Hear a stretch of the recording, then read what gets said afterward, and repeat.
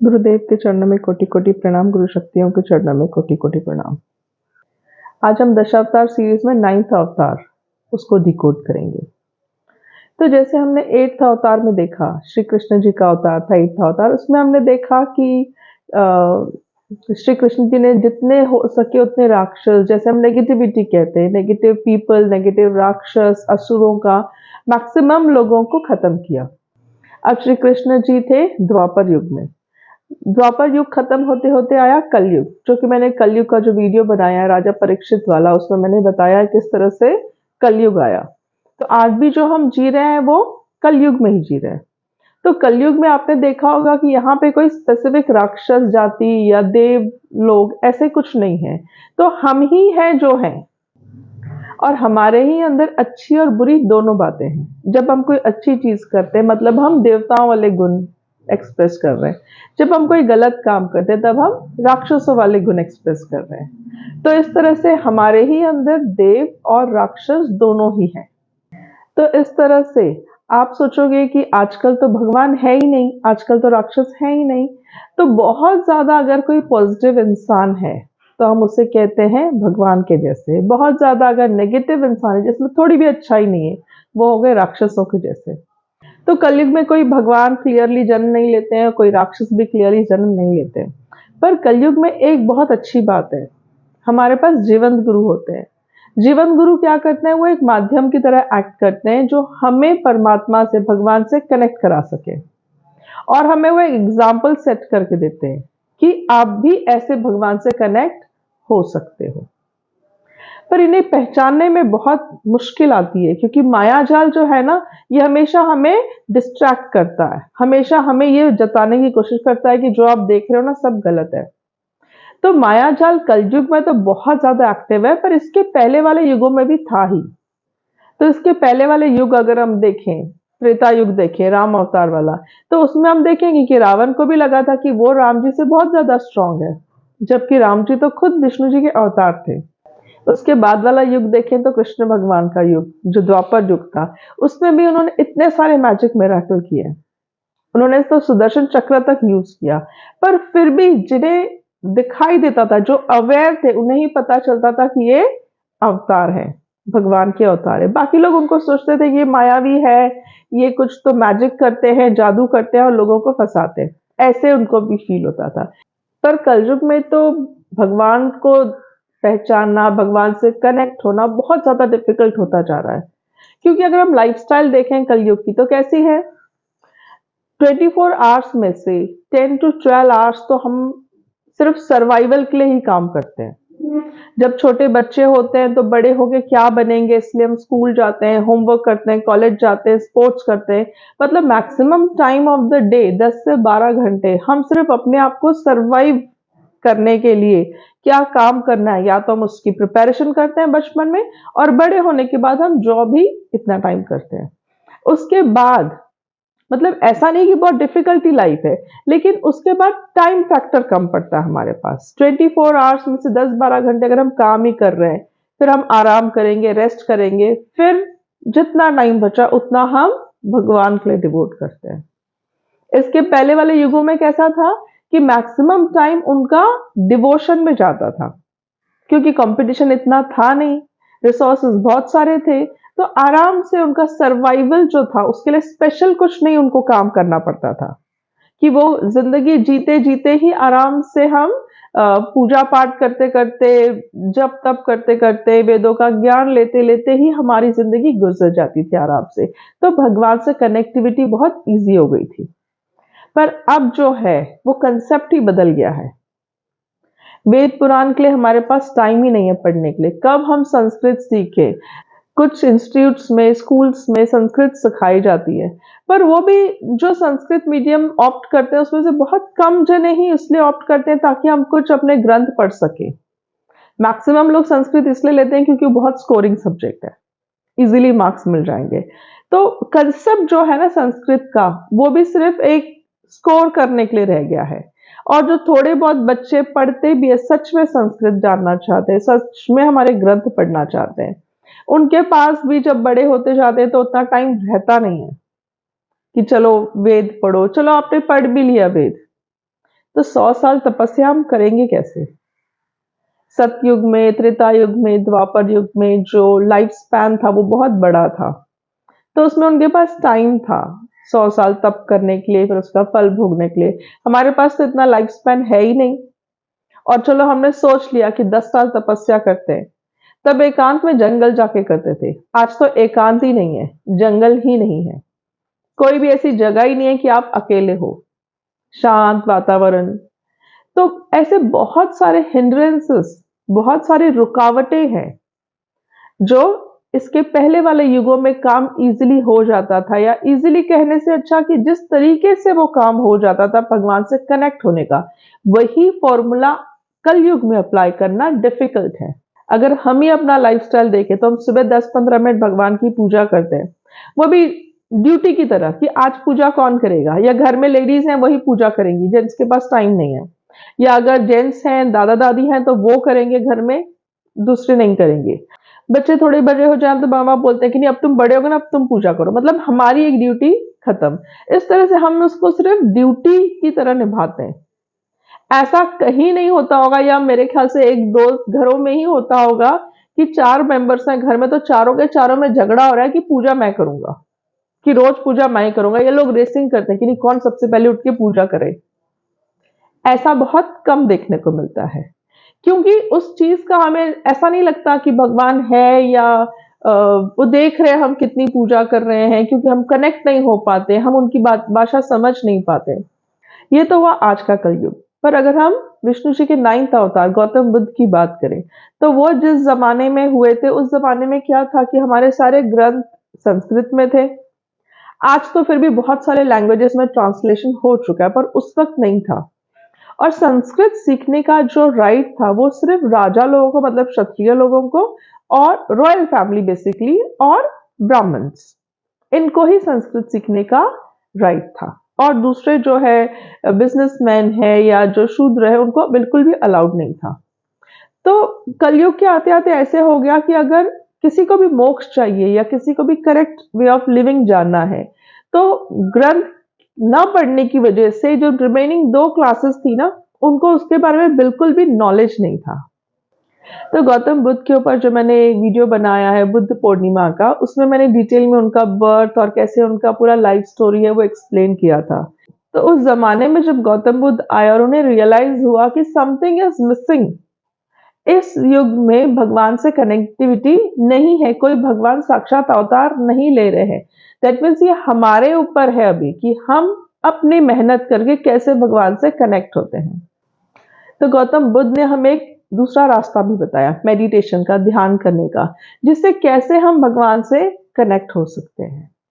जो भी हमारे वेदों में लिखा हुआ था, संस्कृत भाषा में लिखा हुआ था, वो बेसिकली ना डिकोडेड फॉर्म में लिखा हुआ था, ताकि उसे कोई डिस्ट्रॉय ना कर पाए। उस वक्त इतने मेथड्स भी नहीं थे प्रिजर्व करके रखने। तो गौतम बुद्ध ने एकदम प्रैक्टिकल फॉर्मेट में बताया, प्रैक्टिकल फॉर्मेट में समझाया कि कैसे नॉर्मल इंसान जिसे कोई वेदों का ज्ञान नहीं है वो कैसे भगवान से कनेक्ट हो सकता है, कैसे मोक्ष की प्राप्ति कर सकता है, कौन सा रास्ता है उसके लिए, वो बताया। जैसे हमारे वेदों में तो बहुत सारी चीजें डिकोडेड फॉर्म में थी, जैसे हम बरगद का पेड़, तुलसी पेड़, पीपल, नीम, इन सबको हम पूजते हैं, ऑस्पिशियस मानते हैं। तो बेसिकली इन पेड़ को भगवान के रूप में मानने का ये पर्पस था कि सारे प्लांट्स को हमें पूजना चाहिए, उनका ख्याल रखना चाहिए, उन्हें तकलीफ नहीं देनी चाहिए। जैसे रिवर है गंगा, गंगा माता कहते हैं, तो उसका पर्पस ये था कि सारी नदियां को हम क्या करें, भगवान माने, उनको मतलब उतना इंपॉर्टेंस दे। गोवर्धन पर्वत हो गया या हिमालय पर्वत हो गया, तो पर्पस था कि जो भी पहाड़ है उनको भी हम भगवान माने, धरती माता, भूमि देवी, कोई भी एलिमेंट हो, अग्नि हो, वायु हो, जल हो, पृथ्वी हो, आकाश हो, हर किसी को एक भगवान मान के हम पूछते थे। तो उसके पीछे का पर्पस ये था कि कण कण में परमात्मा है, ये कंसेप्ट हम समझे। पर कलयुग आते आते आते ये जो डिकोडेड फॉर्म में मैसेज था, हमने इसको इतना तोड़ मरोड़ करके एकदम एक लाइन में हमने इसको सीख लिया। क्या हमने क्या अज्यूम किया, हाँ तुलसी माता है, बाकी दूसरा अगर बाजू में झाड़ है तो उसको निकाल के फेंक दो या उसको प्रॉपर ट्रीट मत करो। बरगद के पेड़ में भगवान है, नीम का पेड़, पीपल का पेड़, इनमें भगवान है, पर बाकी सारी चीजों को हम भगवान नहीं मानते। गंगा नदी को हम माँ मानते हैं। उसके पीछे का कंसेप्ट ये था कि बहते हुए पानी को या जो पीने का पानी है उसको आप इतना रिस्पेक्ट दो, उसको आप इतना मान सम्मान दो। पर हमारे नल में जो पानी आता है हम उसे भगवान नहीं मानते, हमें लगता है भगवान कौन है, वो जो गंगा नदी का पानी है। मतलब हमने उस डिकोडेड फॉर्मेट को ही समझने में भूल कर दी, वो चेंज होते होते कंसेप्ट ही बदल गया। पर्पस ये था कि जैसे हम आज सीखते हैं, बच्चों को सिखाते हैं don't waste water, tap leak हो, टैप चालू हो तो उसको बंद करो। तो ये सब अपने आप कैसे आएगा, जब हम मानेंगे कि सच में पानी भगवान है। जैसे गंगा माँ है तो हर पीने के पानी में गंगा माँ है, धरती माँ है। हम हमारा कल्चर था कि हमें बचपन से ऐसे सिखाया जाता था कि किसी भी चीज को अगर पैर लग जा रहा है तो उसको आप सॉरी बोलो। क्या बताने के लिए, यही कंसेप्ट कि कण कण में परमात्मा है। पर उस कंसेप्ट को हमने तोड़ मोड़ के अपने हिसाब से हमने उसके मीनिंग्स लगाने स्टार्ट कर दिए थे।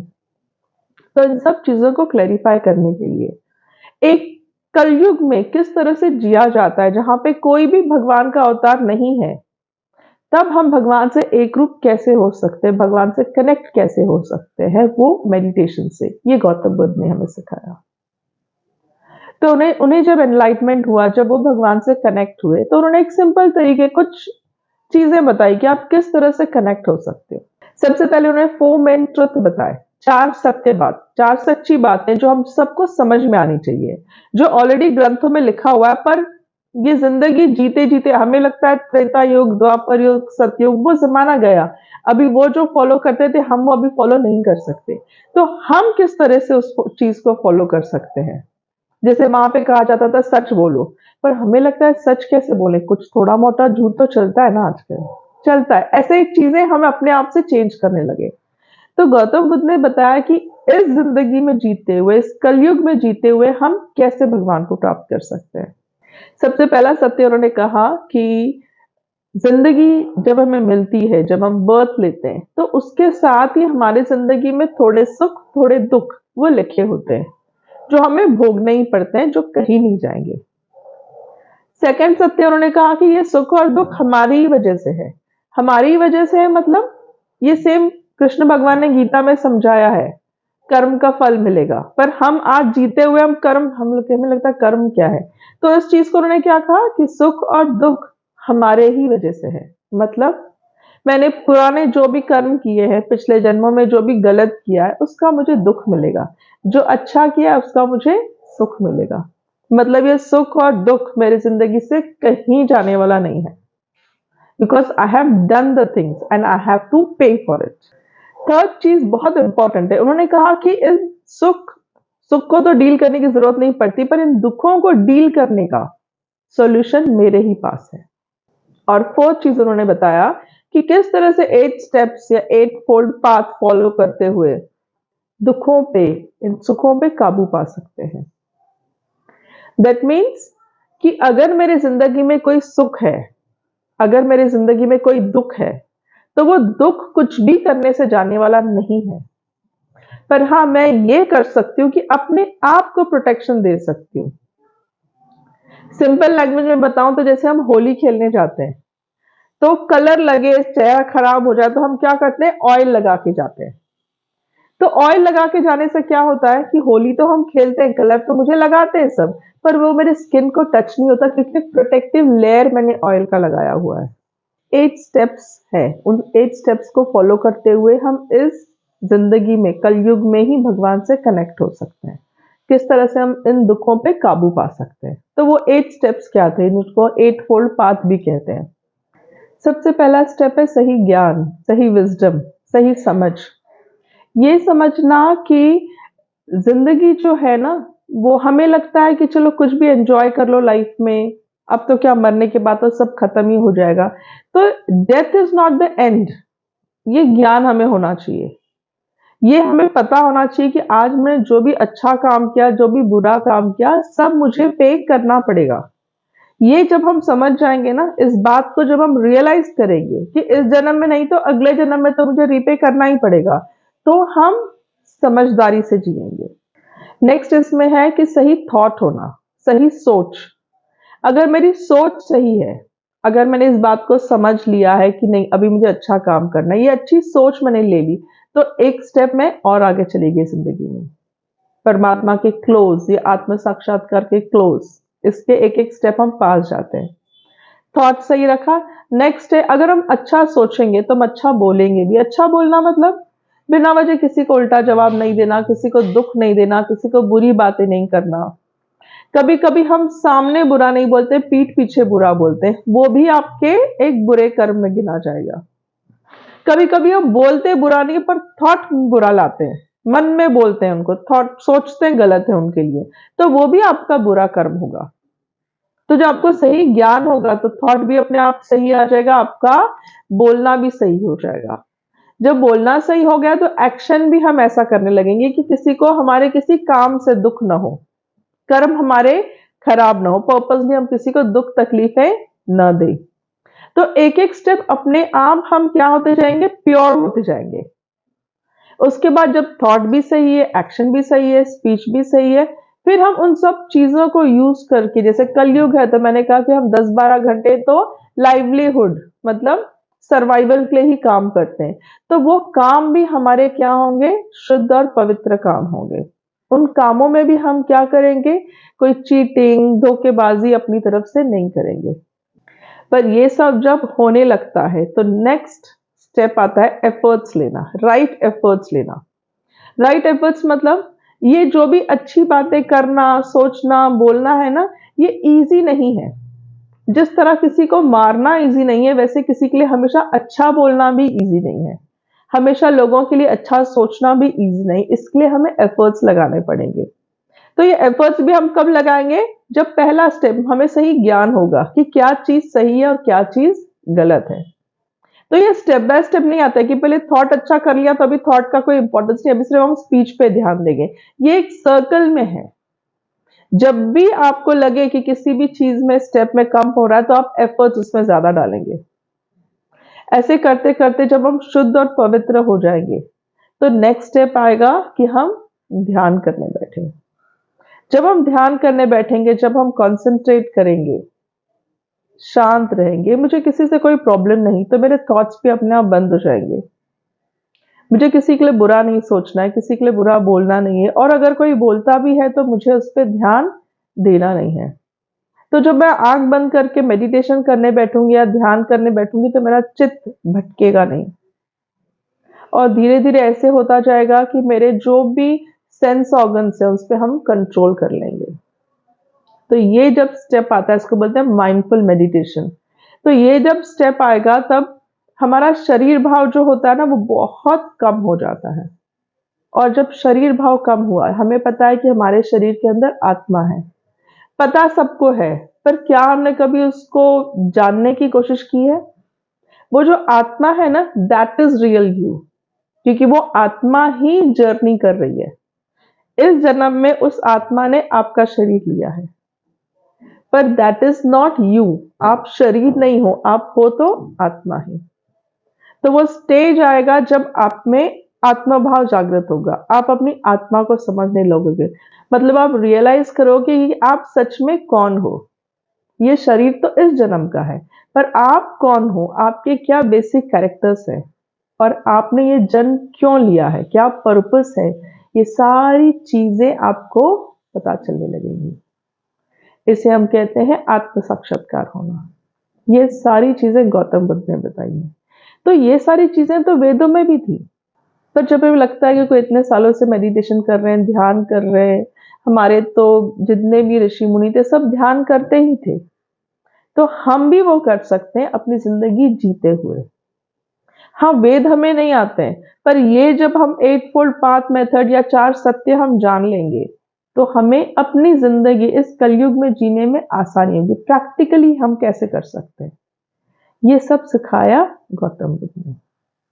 और उन्हीं की सिखाई हुई बातों को समय समय पर जीवंत गुरु हमारी जिंदगी में आते हैं जो हमें और गाइड करते हैं, क्योंकि गौतम बुद्ध को भी काफी साल हो चुके हैं, तो वहां से आज तक और बहुत सारी चीजें कलयुग में बदल चुकी है, आगे भी बहुत सारी न्यू चीजें आएंगी।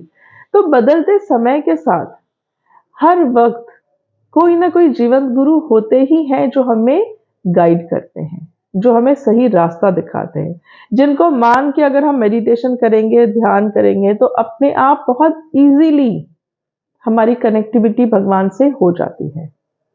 और ये जीवन गुरु होने के एक और फायदे हमारे पास होते हैं कि अगर हम पुराने कर्म सहते-सहते अगर हमें बहुत तकलीफ हो रही है, तो वो एक एनेस्थीसिया का काम करते हैं। मतलब एनेस्थीसिया कैसे होता है कि ऑपरेशन हो रहा है पर हमें पेन नहीं हो रहा है, क्योंकि वो भाग क्या हो चुका है, सुन्न हो चुका है। तो इस तरह से जीवन गुरु हमारे लाइफ में एनेस्थीसिया का भी काम कराते हैं कि हमें वो दुःख सहते हुए पता ही नहीं चल रहा है, कम रियलाइज़ेशन हो रहा है, जिसे हम कहते हैं प्रोटेक्शन आ गया हमारे लाइफ में। तो ये सारी बातें हो सकती हैं कलयुग में भी, कनेक्ट हम हो सकते हैं कलयुग में भी। सिर्फ आपको एक जीवंत गुरु को पहचानने की ज़रूरत है।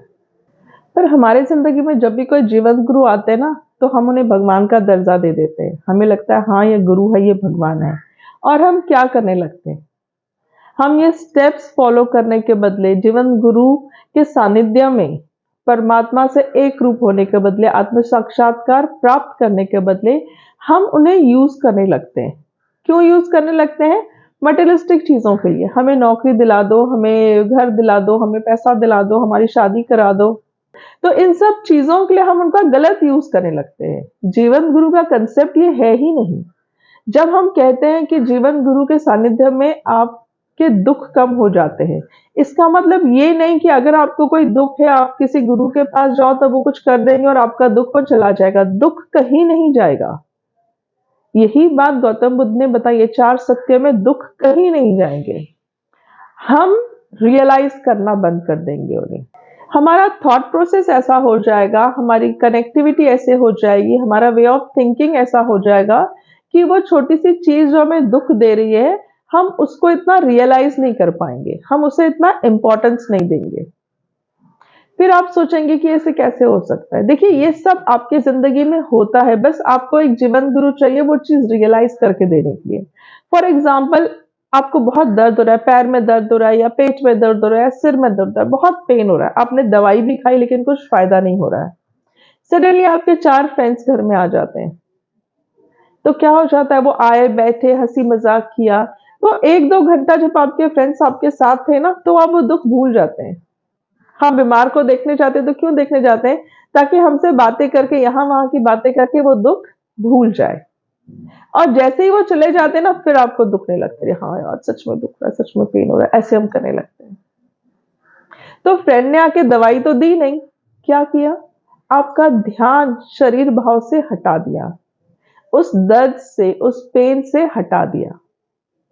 जब हम कोई मूवी देखने लगते हैं, अच्छी मूवी देखने लगते हैं, अच्छा बुक पढ़ने लगते हैं, तो हमारा ध्यान हट जाता है, तो उतनी देर हमें पेन का रियलाइजेशन नहीं होता। तो पेन चला गया क्या? नहीं, बट हमारा फोकस वहां से हट गया। तो वैसे ही है, जीवन गुरु के सानिध्य में हम मेडिटेशन करें, ध्यान करें, ताकि हमारा फोकस उन बातों से हट जाए जो हमें तकलीफ देती है, और हमारी जिंदगी का पर्पस जो है वो हम आगे अच्छे से कर पाए। तो ऐसे ही जीवन गुरु के सानिध्य में हम मेडिटेशन करने से, एक एक स्टेप प्रोग्रेस करने से, वो हमें बताते हैं कैसे सोचना है, कैसे बोलना है, कैसे कर्म करने हैं। तो ये सब सीखते सीखते सीखते एक टाइम ऐसा आएगा जब आपकी कनेक्टिविटी परमात्मा से हो जाएगी, मतलब आपकी आत्मा परमात्मा से कनेक्ट हो जाएगी, एक रूप हो जाएगी। एक रूप हो जाएगी मतलब परमात्मा में आप खो जाओगे, मिल जाओगे। कैसे पॉसिबल है? एग्जाम्पल ले लीजिए कि आप एक गिलास पानी है और परमात्मा क्या है? शक्कर है। जब शक्कर हम पानी में मिलाते हैं तो क्या हो जाता है? पूरा पानी मीठा हो जाता है। क्या कोई पार्टिकल ऐसा है जो सिर्फ पानी है और कोई पार्टिकल ऐसा है कि नहीं वो सिर्फ शक्कर है? पानी अलग, शक्कर अलग, ऐसा होता है क्या? नहीं होता। वैसा ही सिचुएशन, वैसा ही स्थिति आप पा सकते हैं जब आप मेडिटेशन करते आगे बढ़ते हैं। तो एक स्टेप ऐसा आता है कि आपकी आत्मा परमात्मा में डिसॉल्व हो जाती है और आप परमात्मा में हो जाते हैं। तो वो जो स्टेप है जिसमें आप में और परमात्मा में फर्क ही नहीं है, क्यों? क्योंकि आप परमात्मा में समा गए, आप एक हो गए हो। इसे कहते हैं परमात्मा को पाना, और ये पॉसिबल है कलयुग में जीते हुए। ये हमें रास्ता दिया था गौतम बुद्ध ने। कण कण में परमात्मा है, परमात्मा मतलब हम तो मानते ही है ना, विष्णु जी, भगवान परमात्मा।